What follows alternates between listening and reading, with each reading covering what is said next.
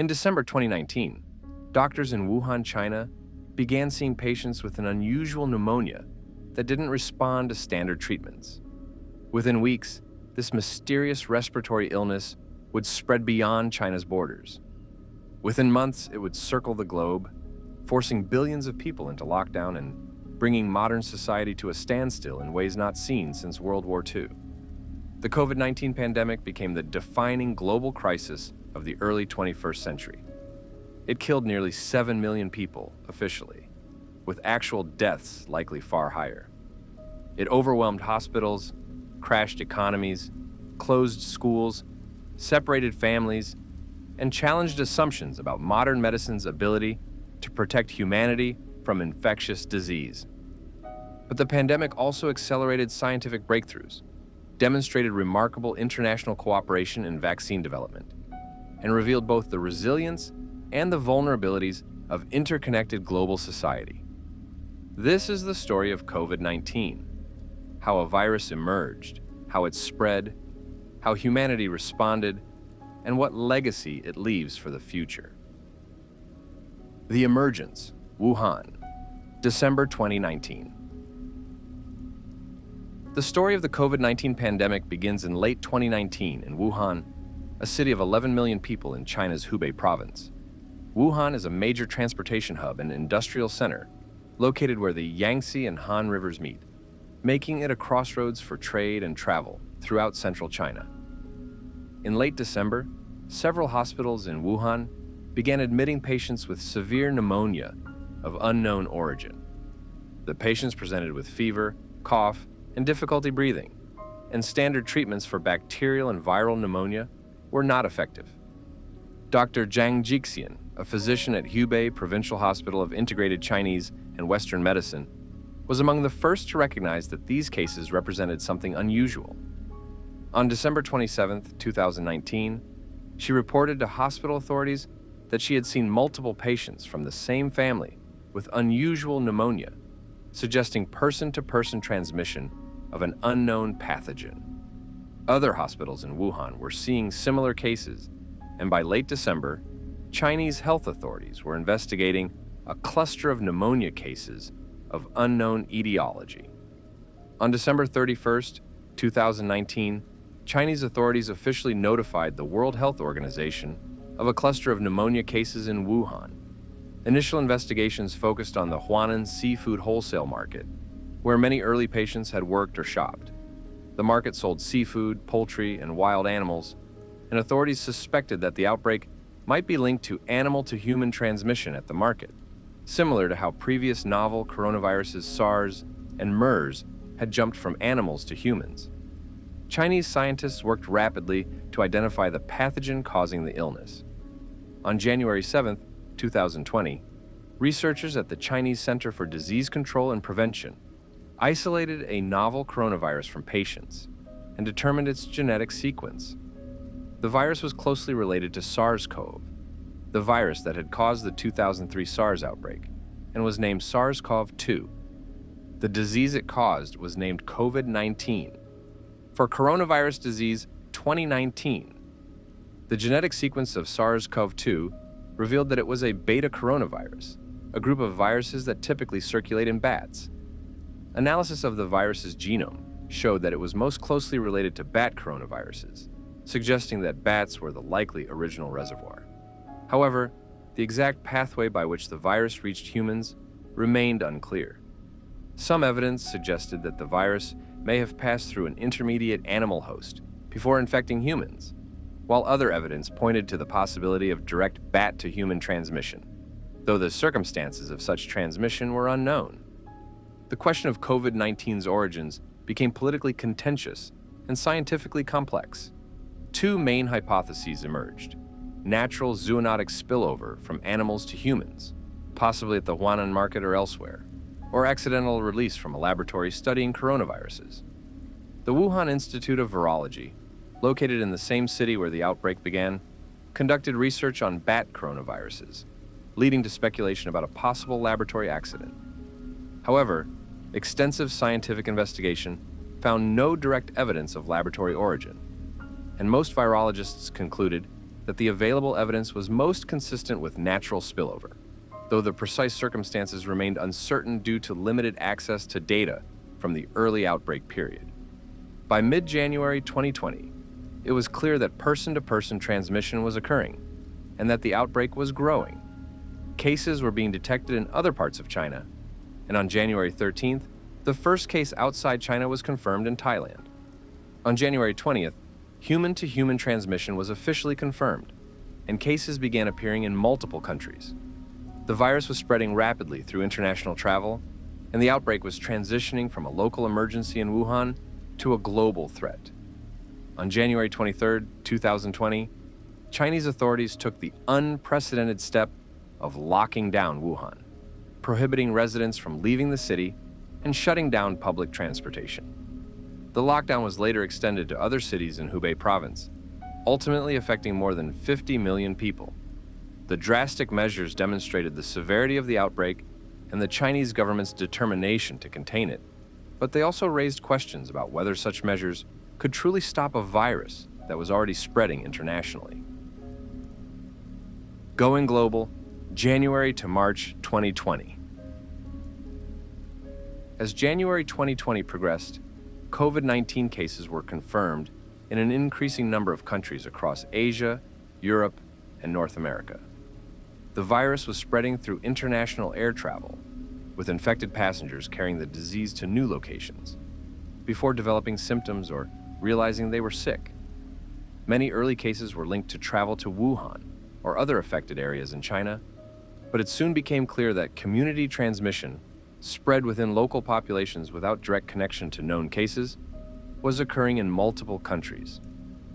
On January 30th, 2020, the World Health Organization declared the outbreak a public health emergency of international concern, PHEIC, the highest level of alarm the WHO can issue. This declaration was intended to mobilize international resources and coordination to respond to the outbreak, though it came amid debate about whether the WHO had acted quickly enough or had been too deferential to Chinese government assurances that the outbreak was under control. In late January and early February, dramatic images from China showed hospitals overwhelmed with patients, healthcare workers in full protective equipment treating the sick, and cities under strict lockdown with empty streets and closed businesses. The crisis in Wuhan was severe, with hospitals lacking sufficient beds, ventilators, and medical supplies to treat all the seriously ill patients. Temporary hospitals were built in a matter of days to increase capacity. Healthcare workers became infected at high rates due to inadequate protective equipment and limited understanding of how the virus spread. The death toll mounted, and crematoriums were unable to keep up with the number of bodies. Meanwhile, other countries were experiencing their first waves of infection. South Korea dealt with a major outbreak linked to a religious group in the city of Daegu. Italy, particularly the Lombardy region in the north, saw explosive growth in cases beginning in late February. Iran reported a severe outbreak that spread rapidly before authorities acknowledged its extent. The virus was moving faster than public health responses could track, and many countries were unprepared for what was coming. The initial international response was uncoordinated and often focused on travel restrictions and border controls. Many countries banned or restricted travel from China, though the virus was already spreading in multiple regions, and such measures had limited effectiveness once community transmission was established. Some countries implemented quarantine requirements for travelers from affected areas. However, testing capacity was limited in most countries, making it difficult to identify and isolate infected individuals, and the lack of tests meant that the true extent of spread was unknown. By early March 2020, it was clear that COVID-19 was not going to be contained to China or to a few isolated outbreaks elsewhere. The virus was spreading rapidly in Europe, with Italy experiencing a severe crisis, as hospitals in Lombardy were overwhelmed and death tolls soared. Spain, France, Germany, and other European countries reported accelerating case growth. In the United States, cases were appearing in multiple states, with early clusters in Washington State, California, and New York.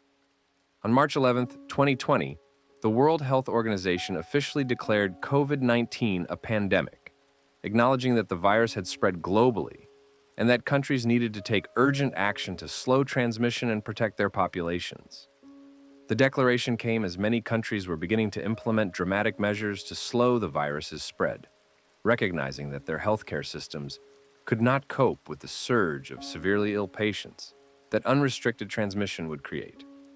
The economic and social impacts of the pandemic became immediately apparent as countries began implementing lockdowns, closing businesses, schools, and public venues, and ordering residents to stay home except for essential activities. Stock markets crashed, with major indices experiencing their worst losses since the 2008 financial crisis, and in some cases since the Great Depression. Unemployment soared as businesses closed and laid off workers. Supply chains were disrupted, leading to shortages of everything from medical supplies to consumer goods. The speed with which COVID-19 transformed from an outbreak in one Chinese city to a global pandemic that shut down much of the world was unprecedented in modern history. Previous pandemics, including the 1918 influenza pandemic and the 2009 H1N1 pandemic, had spread globally, but they had not led to the same kind of synchronized, worldwide social and economic shutdown that COVID-19 produced. The pandemic revealed both the incredible connectivity of modern global society, with people and goods moving constantly across borders, and the vulnerability that this connectivity created when faced with a highly transmissible respiratory pathogen. The science understanding SARS-CoV-2. SARS-CoV-2, the virus that causes COVID-19, is a coronavirus, a family of viruses named for the crown-like spikes on their surface that are visible under electron microscopy. Coronaviruses are common in many animal species and occasionally jump to humans, causing illnesses ranging from the common cold to severe respiratory diseases. Before COVID-19, 6 coronaviruses were known to infect humans. 4 cause mild cold-like symptoms, while 2, SARS-CoV and MERS-CoV, cause severe respiratory disease with high mortality rates.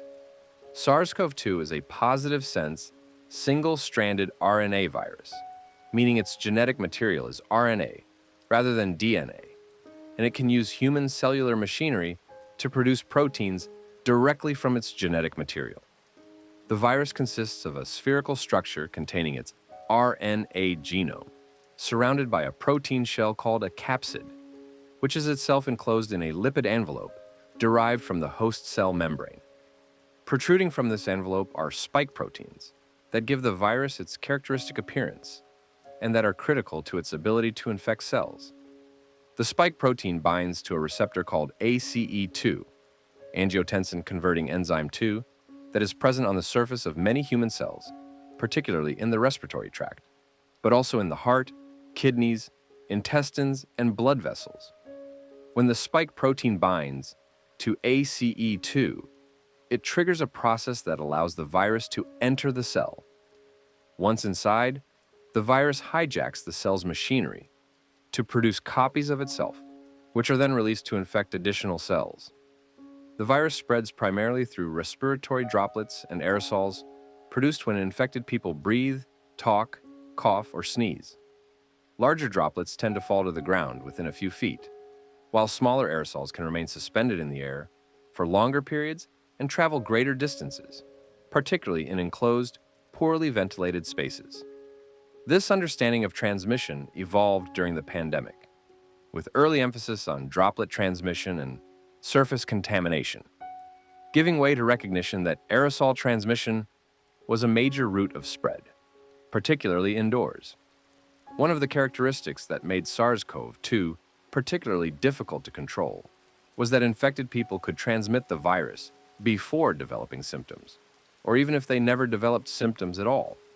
Studies showed that people were most infectious in the day or two before symptom onset and in the early days of illness, meaning that by the time someone felt sick enough to stay home or seek testing, they had likely already exposed others.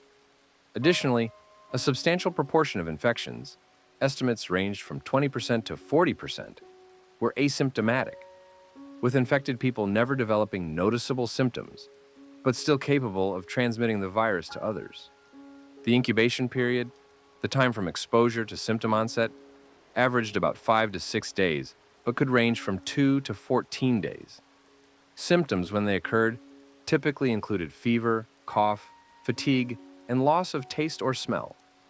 Many infections caused only mild illness, but a significant proportion progressed to severe disease involving pneumonia, acute respiratory distress syndrome (ARDS), and, in the most severe cases, multi-organ failure and death.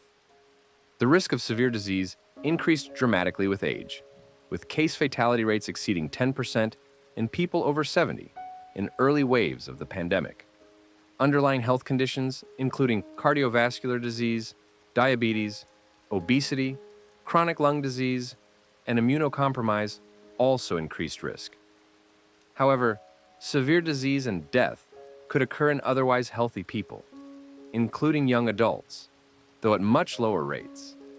The age gradient in COVID-19 mortality was steeper than for most other infectious diseases, with people in their 80s and 90s facing case fatality rates of 20% or higher in early waves before vaccines were available, while children and young adults generally experienced mild illness with case fatality rates below 0.1%. This dramatic age-related risk differential created complex ethical and policy challenges around how to protect the most vulnerable while minimizing disruption to lower-risk populations, particularly children whose education and development were affected by school closures, implemented partly to reduce community transmission that could reach elderly populations. Obesity emerged as one of the strongest risk factors for severe COVID-19 after age, with people who were severely obese facing substantially higher risks of hospitalization, ICU admission, and death, likely due to the chronic inflammation, metabolic dysfunction, and mechanical effects on respiratory function associated with excess body weight. Type 2 diabetes, particularly when poorly controlled, increased COVID-19 risk through mechanisms including impaired immune function, inflammatory states, and the direct effects of elevated blood sugar on viral replication and cellular damage. Cardiovascular disease, including hypertension, coronary artery disease, and heart failure, increased risk, both because these conditions indicated underlying vascular damage that COVID-19 could exacerbate, and because the virus directly affected the cardiovascular system through inflammation and clotting abnormalities. Chronic lung diseases, including chronic obstructive pulmonary disease, COPD, asthma, and pulmonary fibrosis, made patients more vulnerable because their respiratory systems had reduced reserve capacity to cope with the additional burden of viral pneumonia. Immunocompromised individuals, including those with HIV/AIDS, cancer patients receiving chemotherapy, organ transplant recipients, taking immunosuppressive medications, and people with autoimmune diseases, faced higher risks because their weakened immune systems were less able to control viral replication and clear infection. The observation that severe disease could strike apparently healthy young adults, while relatively rare, challenged early assumptions that only elderly or medically vulnerable people needed to worry about COVID-19, and demonstrated that individual risk prediction was imperfect, even with knowledge of age and health status. Some cases of severe disease in young, healthy individuals appeared to be related to genetic factors affecting immune response, with research identifying variants in genes involved in interferon signaling and other immune pathways that increase susceptibility to severe COVID-19. The recognition that pregnancy increased risk of severe COVID-19, with pregnant women more likely to require ICU care and mechanical ventilation compared to non-pregnant women of the same age, led to recommendations that pregnant women be prioritized for vaccination despite initial uncertainty about vaccine safety during pregnancy. Men consistently showed higher rates of severe disease and death compared to women of the same age, a pattern that held across countries and age groups, and that appeared to reflect both biological differences in immune response and behavioral differences in health-seeking behavior and risk-taking. Racial and ethnic disparities in COVID-19 outcomes were stark, with Black, Hispanic, and indigenous populations in many countries experiencing higher rates of infection, hospitalization, and death than white populations. Disparities that reflected structural inequities, including occupational exposure risk, housing density, healthcare access, and underlying health conditions shaped by social determinants of health. The cumulative effect of multiple risk factors was multiplicative rather than additive, meaning that an elderly person with diabetes and obesity faced far more than double the risk of someone with only one of those factors, creating a gradient of risk from very low to extremely high, depending on individual characteristics. Healthcare workers, particularly those in direct patient care roles, faced elevated risk due to repeated exposure to high viral loads, with thousands of healthcare workers dying from COVID-19 worldwide. Though this occupational risk was partially mitigated by PPE use, vaccination, and improved infection control practices as the pandemic progressed. As the pandemic progressed, the virus evolved through mutation, producing variants that sometimes had different characteristics. The first major variant to emerge was Alpha B.1.1.7, first detected in the United Kingdom in late 2020. Alpha was more transmissible than the original strain, spreading more quickly and becoming dominant in many countries. Delta, first detected in India in late 2020 and spreading globally in 2021, was even more transmissible than Alpha and appeared to cause more severe disease. Omicron, first detected in South Africa in November 2021, was dramatically more transmissible than previous variants and was better able to evade immunity from vaccination or previous infection, though it generally caused less severe disease than Delta. The emergence of variants demonstrated that SARS-CoV-2 was continuing to evolve and that the pandemic would not end quickly or simply. Each new variant created uncertainty about whether existing vaccines would remain effective, whether treatments would still work, and whether public health measures would need to be adjusted. The ability of the virus to evolve and evade immunity meant that COVID-19 was likely to become endemic, persistently circulating in populations rather than being eliminated. Healthcare crisis, hospitals under siege. The COVID-19 pandemic placed unprecedented strain on healthcare systems worldwide, exposing weaknesses in preparedness and capacity that many countries had failed to address despite warnings from public health experts about pandemic risk. The surge of severely ill patients requiring hospitalization and intensive care overwhelmed hospitals in many locations, forcing healthcare workers to make difficult decisions about resource allocation and leading to preventable deaths when care could not be provided to all who needed it. In Wuhan in January and February 2020, the collapse of the healthcare system was dramatic and visible. Hospitals were inundated with patients, running out of beds, ventilators, and medical supplies. Healthcare workers worked exhausting shifts without adequate protective equipment, and many became infected. The death toll included numerous doctors and nurses who had been on the front lines treating patients. The Chinese government responded by building temporary hospitals in a matter of days and by sending thousands of healthcare workers from other parts of China to assist in Wuhan. But the severity of the crisis shocked observers worldwide. Italy's experience in February and March 2020 provided a stark warning to other Western countries. The Lombardy region, particularly around Bergamo and Milan, saw explosive growth in cases that quickly overwhelmed hospital capacity. Intensive care units filled beyond capacity, requiring hospitals to treat critically ill patients in hallways, operating rooms, and anywhere space could be found. The shortage of ventilators forced doctors to make agonizing triage decisions about which patients would receive life-saving equipment. Ambulances queued outside hospitals, waiting to deliver patients to facilities that had no room. The Italian military was called in to transport bodies because local funeral services could not cope with the number of deaths.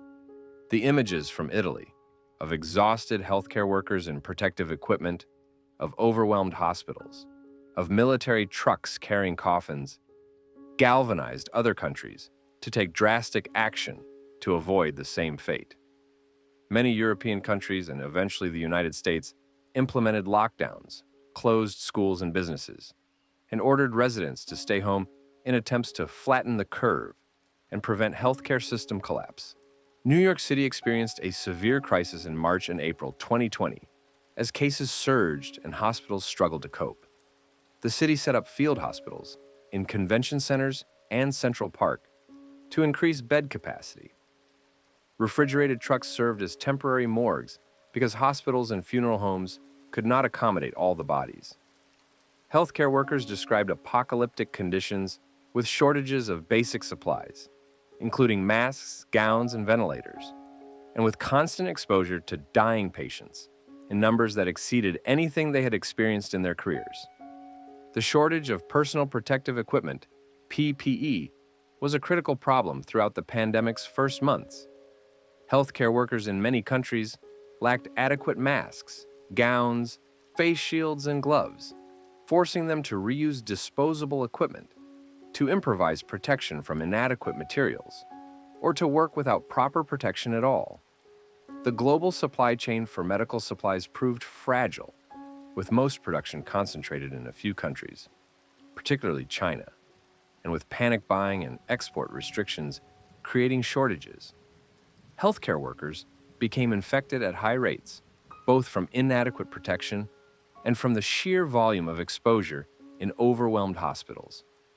Ventilators became a critical bottleneck because severe COVID-19 often caused acute respiratory distress syndrome, requiring mechanical ventilation to keep patients alive while their lungs recovered.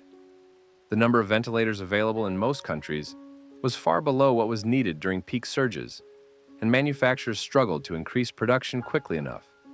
The shortage forced development of protocols for sharing ventilators between patients and created ethical dilemmas about how to allocate scarce resources when not everyone who needed a ventilator could get one. Beyond the immediate crisis of treating COVID-19 patients, the pandemic disrupted routine healthcare. Hospitals canceled elective surgeries and routine appointments to preserve capacity and reduce COVID-19 transmission risk. People avoided hospitals and clinics out of fear of infection, leading to delays in diagnosis and treatment of other conditions, including cancer, heart disease, and diabetes. The indirect health effects of these delays and disruptions added to the pandemic's toll.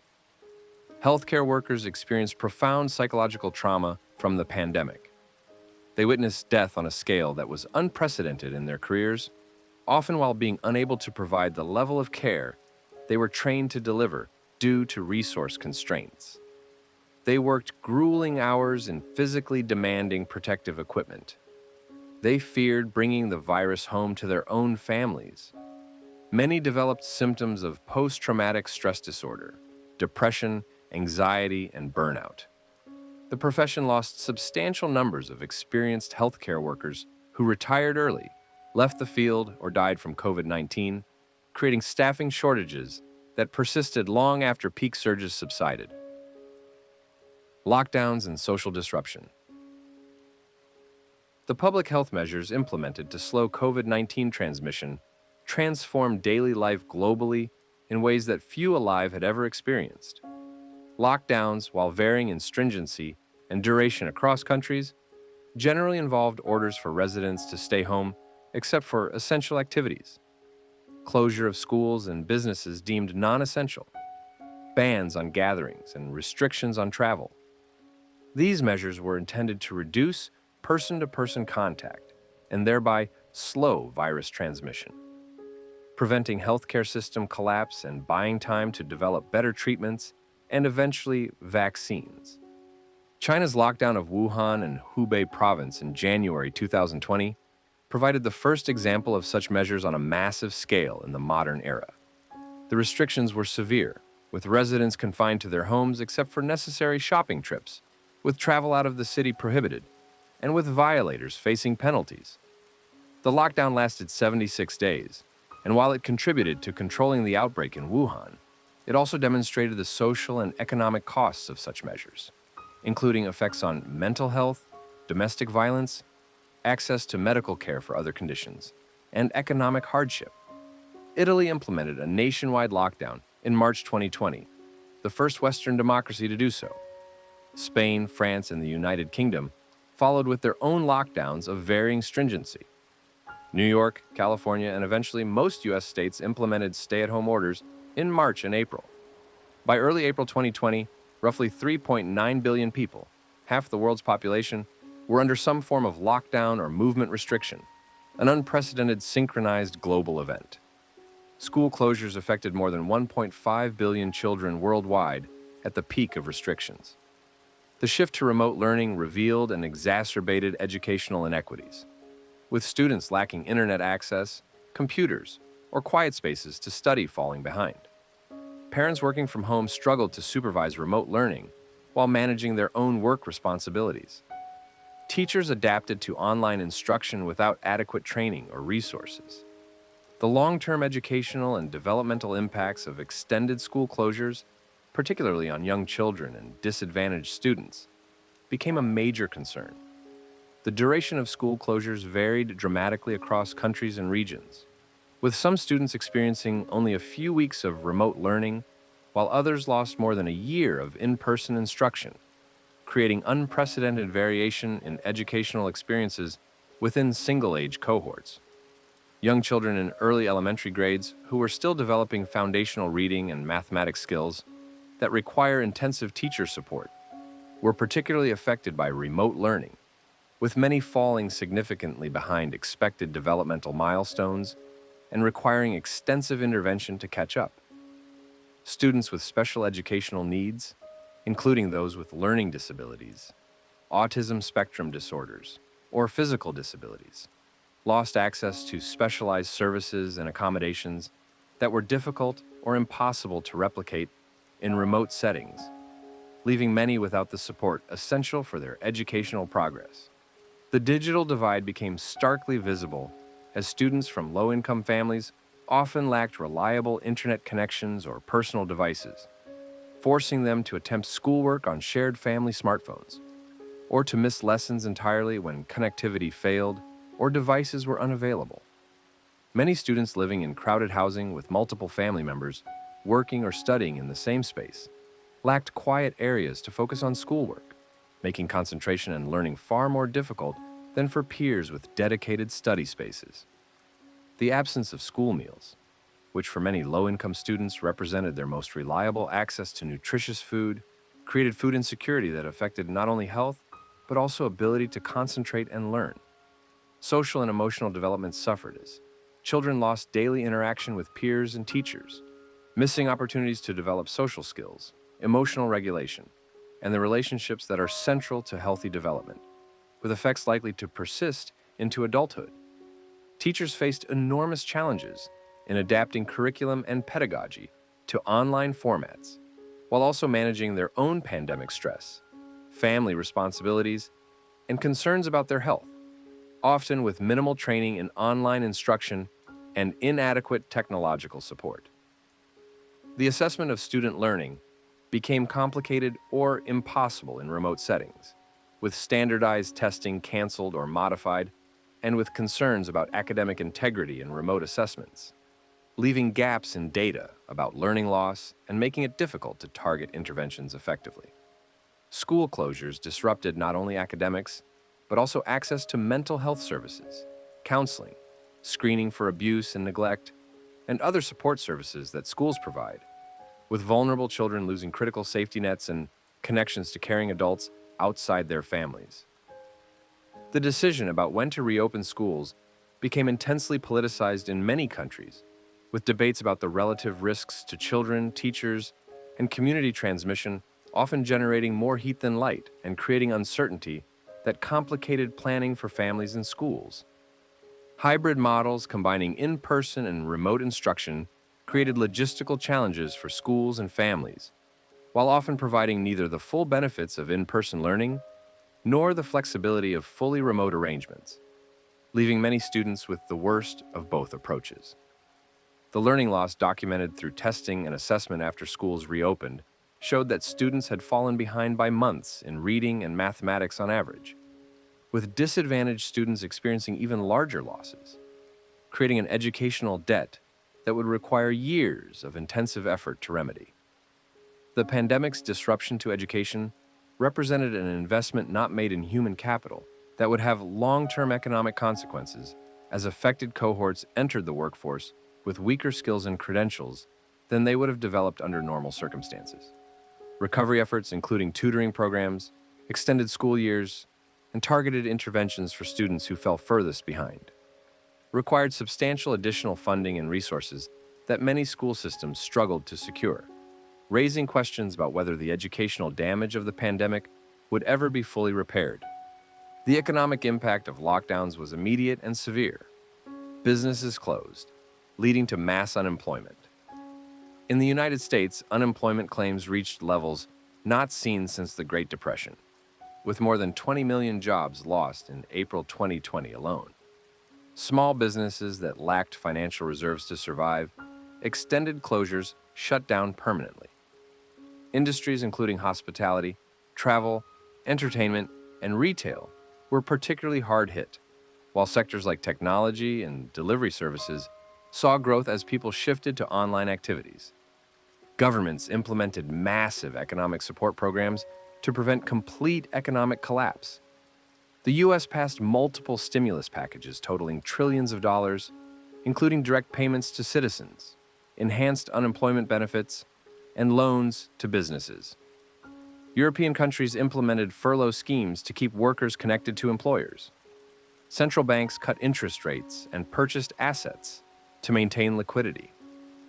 These interventions prevented economic catastrophe, but also created enormous government debt and raised concerns about inflation and long-term economic consequences. The social and psychological impacts of lockdowns were profound. Isolation from friends, family, and normal social activities contributed to increased rates of depression, anxiety, and loneliness.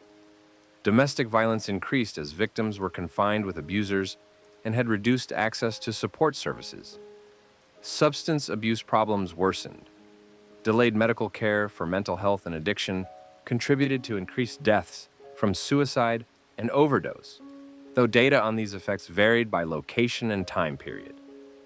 The restrictions also revealed and deepened social and political divisions.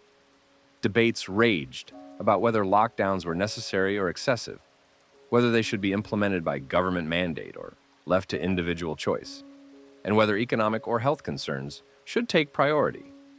Some viewed lockdowns as essential public health measures, while others saw them as government overreach infringing on liberty. These divisions became politicized in many countries, with positions on pandemic measures becoming markers of political identity rather than matters of public health policy. As months passed, pandemic fatigue set in, and compliance with restrictions declined. The initial sense of crisis and solidarity gave way to frustration, particularly as the timeline for return to normalcy kept extending. People began weighing the risks and benefits of restrictions for themselves, sometimes leading to behaviors that public health officials considered dangerous, but that individuals felt necessary for their mental health, economic survival, or personal values. The race for vaccines. The development of COVID-19 vaccines represented one of the most remarkable scientific achievements in modern history. The traditional timeline for vaccine development, from initial research through clinical trials to regulatory approval and mass production, typically spanned 10 to 15 years.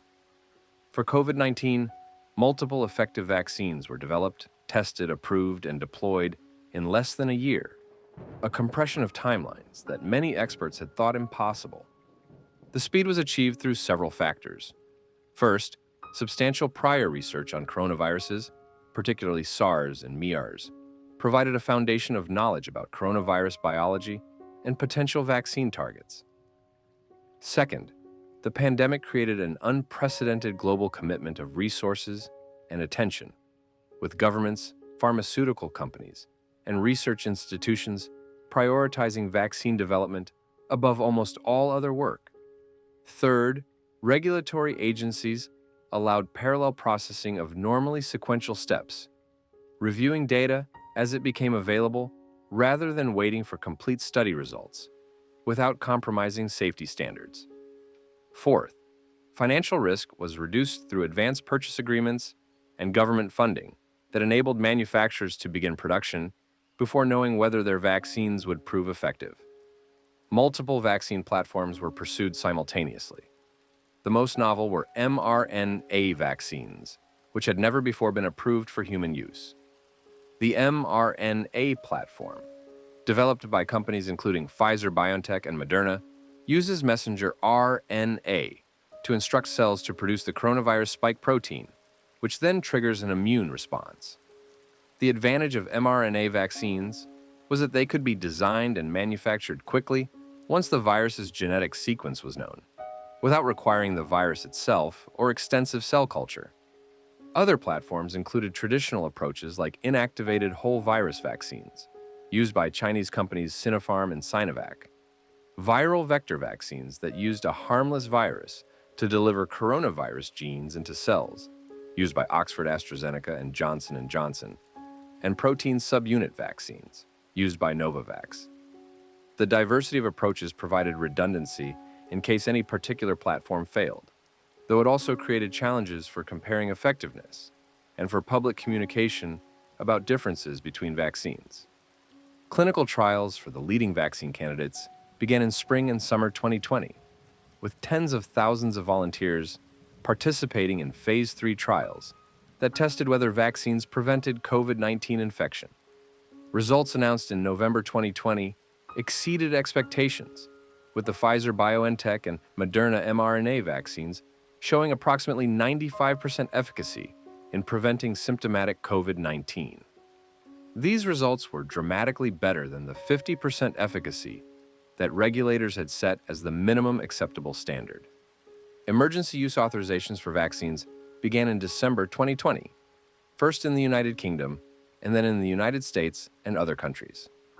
The speed of authorization, while scientifically justified by the data, contributed to vaccine hesitancy among people who questioned whether adequate safety testing had been done.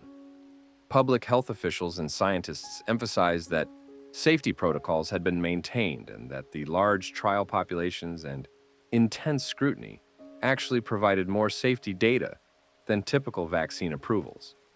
But concerns persisted. Vaccine distribution presented enormous logistical challenges. The mRNA vaccines required ultra-cold storage, complicating transport and storage in facilities lacking specialized freezers. The need to vaccinate billions of people globally in a compressed time frame exceeded existing immunization infrastructure. Priority schemes had to be developed to determine who would receive limited initial supplies, with most countries prioritizing healthcare workers, elderly people, and those with high-risk medical conditions. The rollout was marked by inequity, both within and between countries. Wealthy nations secured the majority of initial vaccine supplies through advance purchase agreements, while low-income countries struggled to obtain doses. The COVAX initiative was established to promote equitable global distribution, but it faced funding shortages and supply constraints. As wealthy nations vaccinated large proportions of their populations, many low-income countries had vaccinated less than 5% of their people, raising both ethical concerns and practical concerns about allowing the virus to continue spreading and evolving in unvaccinated populations. Vaccine hesitancy posed a significant challenge to achieving high vaccination coverage. Concerns ranged from speed of development to distrust of pharmaceutical companies and government, to religious or philosophical objections, to misinformation about vaccine safety and efficacy circulating on social media. Hesitancy was higher in certain demographic groups and was influenced by historical medical abuses that had created justified distrust in some communities. Public health efforts to address hesitancy through education and community engagement had varying success, and in some countries, vaccination rates plateaued well below levels needed for population immunity. Despite challenges, the vaccine rollout represented a massive global effort that ultimately delivered billions of doses. By late 2021, multiple effective vaccines were available, and while they did not prevent all infections, particularly as new variants emerged, they dramatically reduced the risk of severe disease, hospitalization, and death. The vaccines prevented millions of deaths and allowed societies to relax some restrictions while managing the virus's continued circulation. Variants and waves. SARS-CoV-2's evolution through mutation created successive waves of infection driven by new variants with different characteristics. The emergence of variants demonstrated that the pandemic would not end quickly and that the virus would continue to challenge public health responses as it adapted to human populations. The original strain that spread from Wuhan in early 2020 was gradually replaced in many regions by the D614G variant, which had a mutation that made it more transmissible. This variant became globally dominant by mid-2020, but did not cause dramatic changes in disease severity or vaccine effectiveness. It did, however, demonstrate that SARS-CoV-2 was evolving and that more transmissible variants could outcompete earlier strains. The Alpha variant B.1.1.7, first identified in the United Kingdom in late 2020, marked a more significant evolutionary shift. Alpha was approximately 50% more transmissible than previous strains and appeared to cause more severe disease. The variant spread rapidly, becoming dominant in the UK and then in many other countries in early 2021. The increased transmissibility meant that the same public health measures that had controlled earlier strains were less effective against Alpha, requiring more stringent restrictions or higher vaccination coverage to achieve the same level of control. The emergence of Alpha in the UK coincided with the initial rollout of vaccines, creating a race between vaccination programs trying to build population immunity and the variant spreading rapidly through populations, with the outcome of this race determining whether countries would experience another severe wave of hospitalizations and deaths. Alpha's increased transmissibility was attributed to mutations in the spike protein that enhanced the virus's ability to bind to human cells and to replicate more efficiently once inside cells, producing higher viral loads in infected individuals who could then transmit the virus more readily to others. The variant's higher transmissibility was particularly evident in household settings, where secondary attack rates, the proportion of household members who became infected after one member brought the virus home, were substantially higher than with previous strains.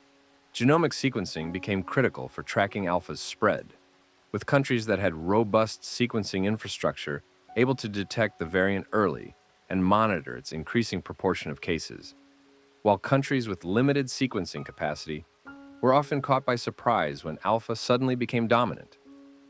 The UK imposed a new national lockdown in January 2021, specifically in response to Alpha's rapid spread, demonstrating that even countries with experience managing earlier waves could be forced back into stringent restrictions by a more transmissible variant. Evidence suggesting that Alpha caused more severe disease came from studies showing that infected individuals had higher rates of hospitalization and death compared to people infected with previous strains after controlling for age, underlying health conditions, and other risk factors.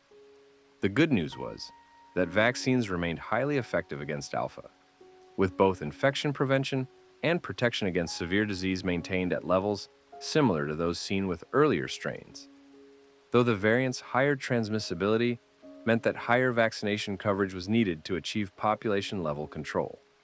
Alpha's rapid displacement of previously circulating strains demonstrated the principle of competitive advantage in viral evolution, where variants with even modest improvements in transmissibility could quickly outcompete other strains and become dominant in a matter of weeks. The global spread of Alpha illustrated how international travel could rapidly distribute new variants worldwide, with the variant detected in dozens of countries within weeks of its identification in the UK, despite travel restrictions and enhanced screening measures. The Alpha experience provided an early warning that SARS-CoV-2 would continue to evolve in ways that challenged pandemic control efforts, setting the stage for the even more significant challenges that would come with Delta and Omicron variants later in 2021. The Beta B.1.351 variant, first identified in South Africa, and the Gamma P.1 variant, first identified in Brazil, both showed evidence of reduced neutralization by antibodies from vaccination or previous infection, raising concerns about immune escape. While vaccines remained effective against severe disease from these variants, there was reduced protection against mild infection, and people who had been infected with earlier strains were at higher risk of reinfection with these variants. The Delta variant, B.1.617.2, first identified in India in late 2020, became globally dominant in mid-2021 and drove a severe wave of infections even in highly vaccinated populations. Delta was more transmissible than Alpha and appeared to cause more severe disease, with higher rates of hospitalization among infected people. The variant's emergence in India contributed to a catastrophic wave that overwhelmed the healthcare system, with widely shared images of cremation pyres and oxygen shortages illustrating the severity of the crisis. Delta's high transmissibility meant that achieving herd immunity through vaccination became more difficult, as the proportion of the population requiring immunity to stop transmission increased. The variant also showed some ability to evade immunity, particularly against infection rather than severe disease, meaning that vaccinated people could be infected and transmit the virus, though they remained well protected against hospitalization and death. The Omicron variant B.1.1.529, first identified in South Africa in November 2021, represented the most significant evolutionary leap. Omicron had more than 30 mutations in its spike protein, the target of most vaccines and antibodies from previous infection.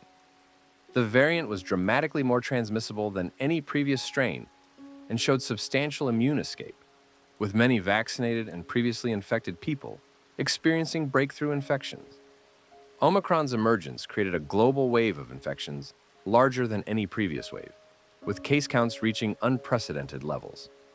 However, the variant generally caused less severe disease than Delta, with lower rates of hospitalization and death among infected people.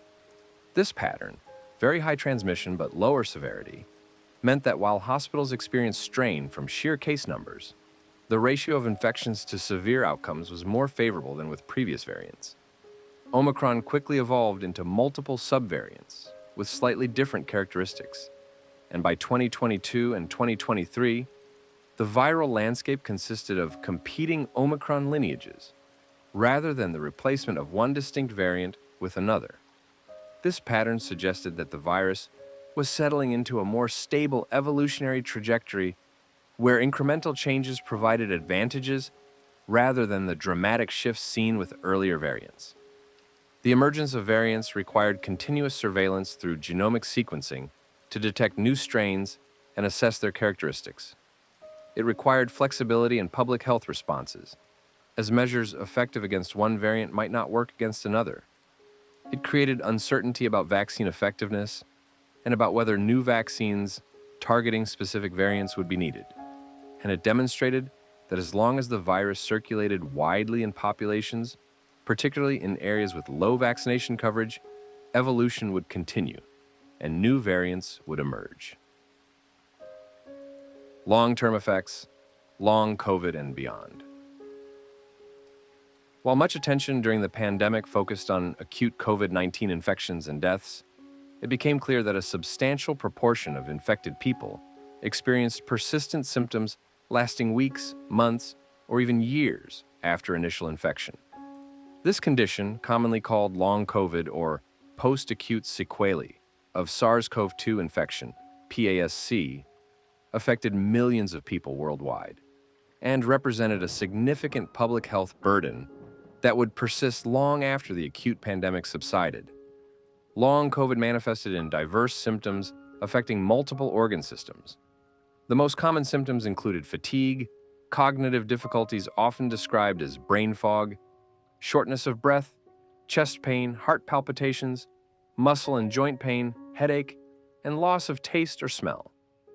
For many people, symptoms fluctuated over time, with periods of improvement followed by relapses. The unpredictability and chronic nature of symptoms severely impacted quality of life, ability to work, and mental health. The prevalence of long COVID was difficult to determine precisely due to varying definitions and detection methods, but estimates suggested that between 10% and 30% of people infected with SARS-CoV-2 experienced some persistent symptoms, with a smaller percentage experiencing severe, disabling symptoms. Given the hundreds of millions of infections globally, this translated to tens of millions of people with long COVID, representing a substantial burden on healthcare systems and disability support programs. Long COVID did not discriminate by severity of acute infection. While it was more common in people who had been severely ill with COVID-19, It also occurred in people who had experienced mild or even asymptomatic infections. Women appeared more likely to develop long COVID than men, and the condition affected people across all age groups, though patterns varied by symptom type. The mechanisms underlying long COVID remained incompletely understood, but research suggested multiple potential causes: persistent viral reservoirs in the body, immune system dysregulation, autoimmune reactions, damage to blood vessels and organs from initial infection, and reactivation of latent viruses all appeared to play roles in different patients. The heterogeneity of symptoms and mechanisms suggested that long COVID might actually represent several distinct conditions rather than a single syndrome, requiring different approaches to treatment. Treatment for long COVID was largely symptomatic and supportive, as no targeted therapies were proven effective for most patients. Multidisciplinary clinics emerged to provide coordinated care, addressing different symptoms and complications. Rehabilitation programs helped some patients recover function. However, many people with long COVID continued to experience significant disability without effective treatment options. The economic and social impacts of long COVID were substantial. Many affected people were unable to return to work, or could work only reduced hours, or with accommodations. Disability claims increased, placing financial strain on individuals and on social support systems. The loss of productive workforce members created economic costs beyond the direct healthcare costs of treating long COVID. Beyond long COVID, the pandemic had other long-term health effects. Delayed diagnoses and treatment of other conditions during pandemic disruptions likely contributed to worse outcomes for diseases, including cancer and cardiovascular disease. Mental health impacts, including increased depression, anxiety, and post-traumatic stress, affected millions of people, particularly healthcare workers, people who lost loved ones, and those who experienced severe illness or economic hardship. The pandemic's effects on children and adolescents included educational losses from school closures, developmental impacts from reduced social interaction, and increases in mental health problems, including anxiety, depression, and eating disorders. The full extent of these effects and their long-term consequences remained uncertain, but concern was high that a generation of children had experienced disruptions that would affect their educational attainment, social development, and mental health for years to come. Scientific and medical advances. While the COVID-19 pandemic caused immense suffering, it also accelerated scientific and medical advances that would have lasting benefits beyond the pandemic itself. The unprecedented global focus on understanding and combating a single disease created opportunities for rapid progress in multiple areas of biomedical research and public health. The development and deployment of mRNA vaccines represented a landmark achievement that validated a technology platform with potential applications far beyond COVID-19.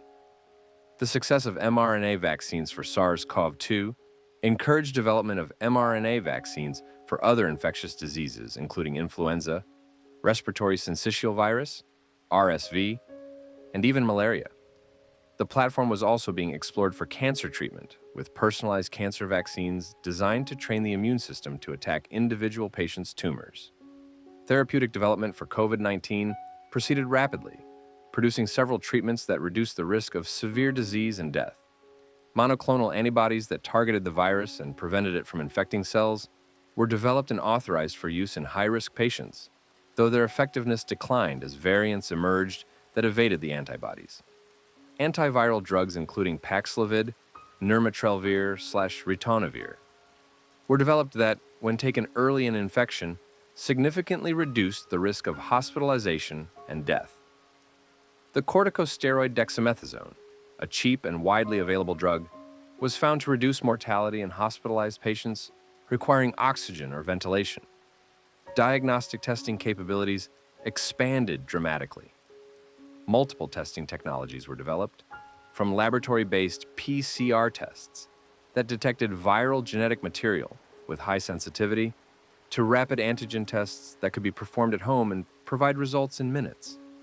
The widespread availability of testing enabled better surveillance, more targeted isolation of infected individuals, and more informed decision-making by individuals about their risk to others. surveillance and genomic sequencing capabilities improved substantially. The speed with which SARS-CoV-2 variants were detected and characterized relied on vastly expanded genomic sequencing infrastructure that did not exist before the pandemic.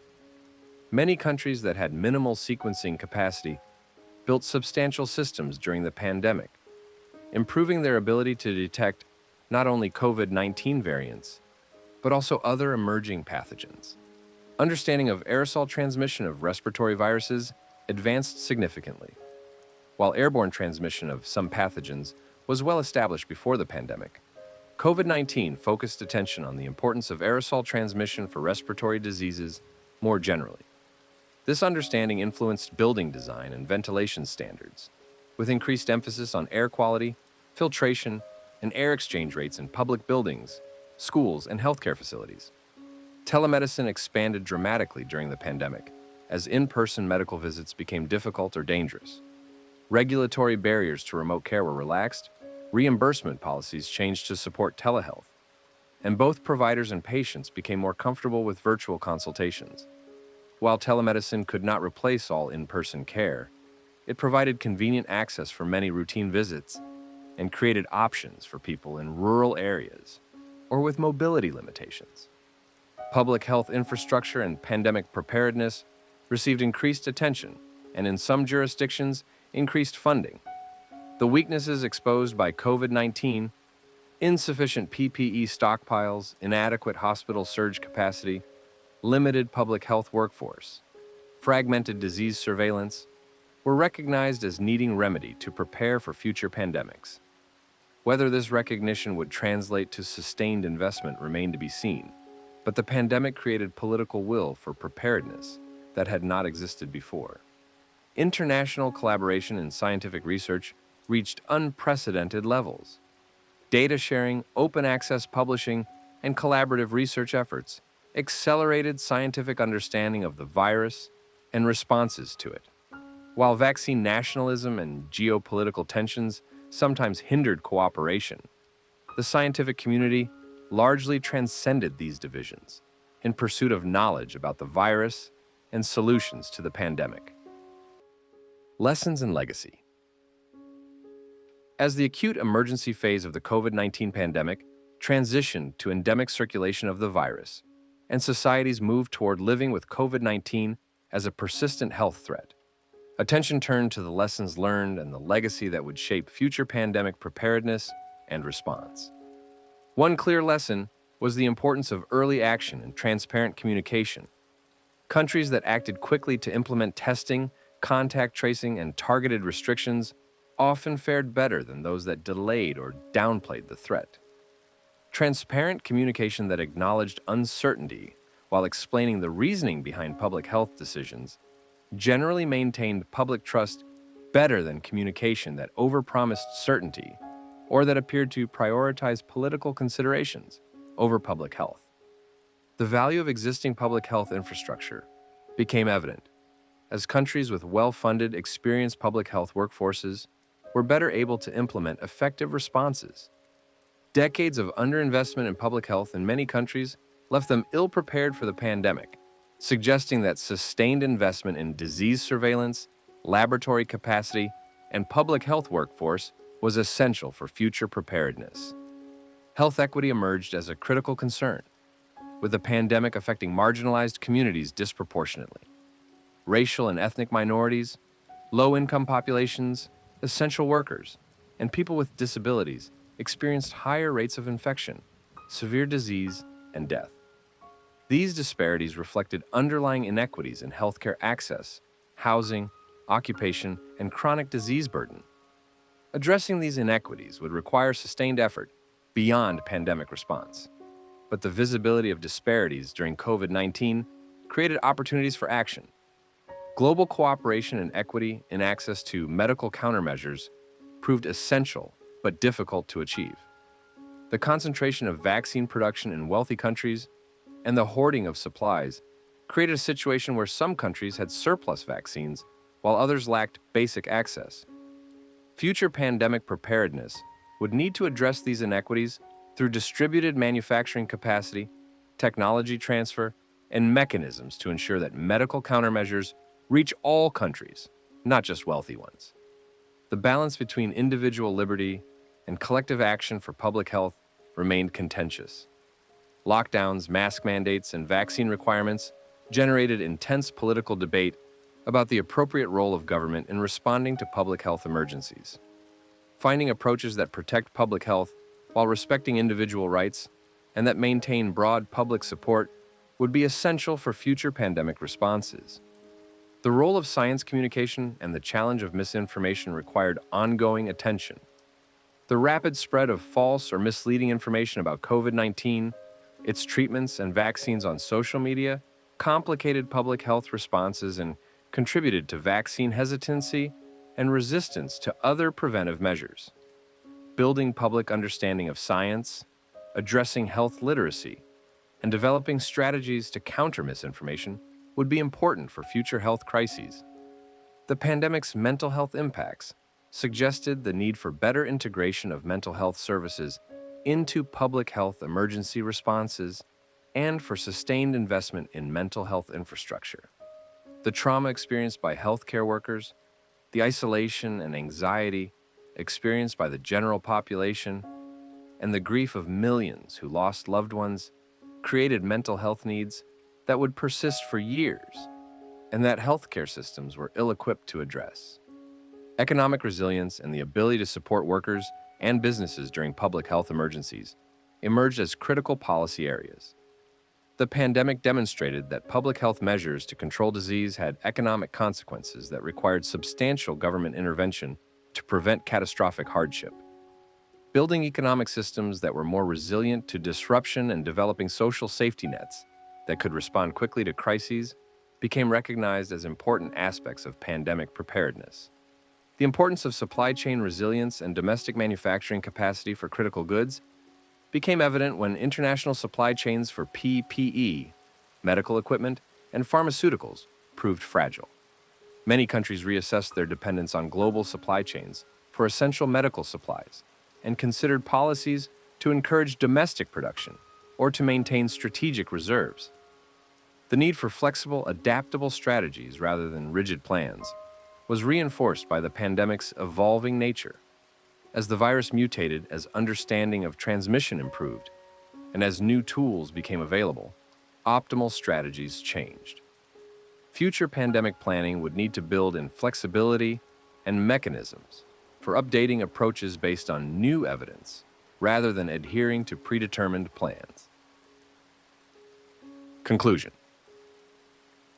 The COVID-19 pandemic was a defining global event that killed nearly 7 million people officially, with actual deaths likely substantially higher when accounting for undercounted deaths and indirect effects. It disrupted education for billions of children, caused economic damage measured in trillions of dollars, overwhelmed healthcare systems, and transformed daily life in ways that few alive had experienced. The pandemic revealed vulnerabilities in global health security, exposed inequities in access to healthcare and economic security, and tested social cohesion and political systems worldwide. Yet the pandemic also demonstrated remarkable human capacity for adaptation and innovation. Vaccines were developed in record time through unprecedented scientific collaboration. Healthcare workers showed extraordinary dedication and courage in treating patients despite personal risk and overwhelming conditions.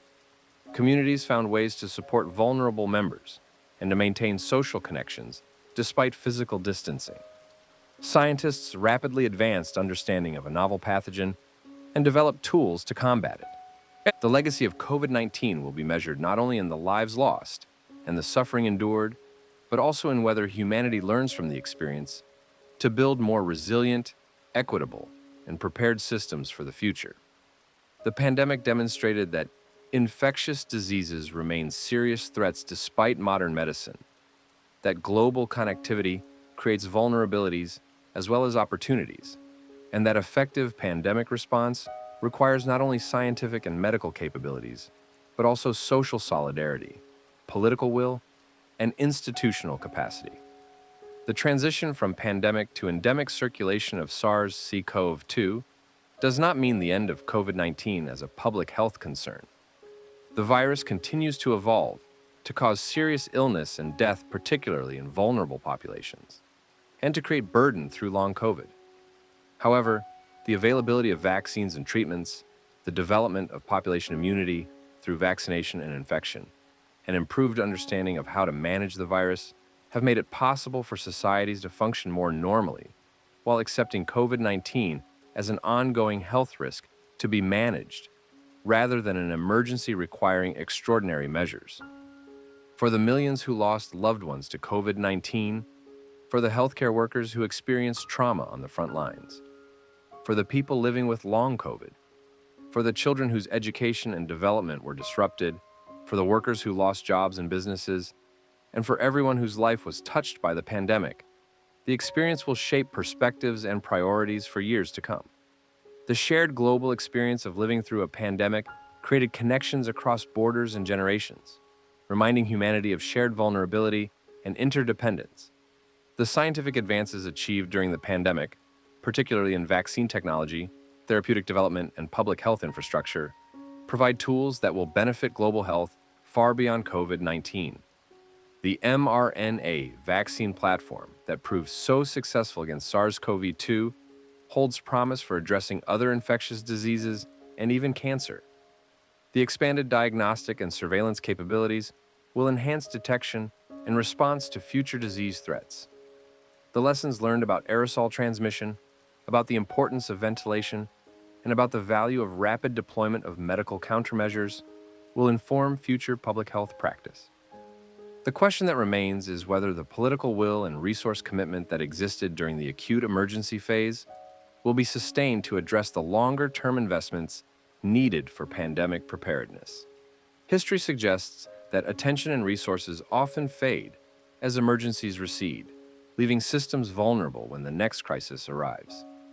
The challenge for policymakers, public health leaders, and societies is to maintain commitment to preparedness even when immediate threat has passed, to address the inequities that the pandemic exposed, to build more resilient health systems and social safety nets, and to strengthen international cooperation on global health security.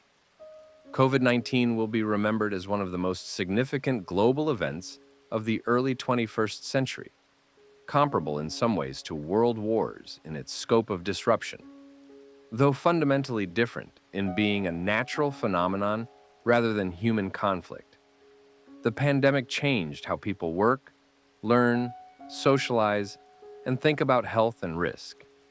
It accelerated trends including remote work and digital connectivity, while also creating nostalgia for aspects of pre-pandemic life and appreciation for experiences that had been taken for granted.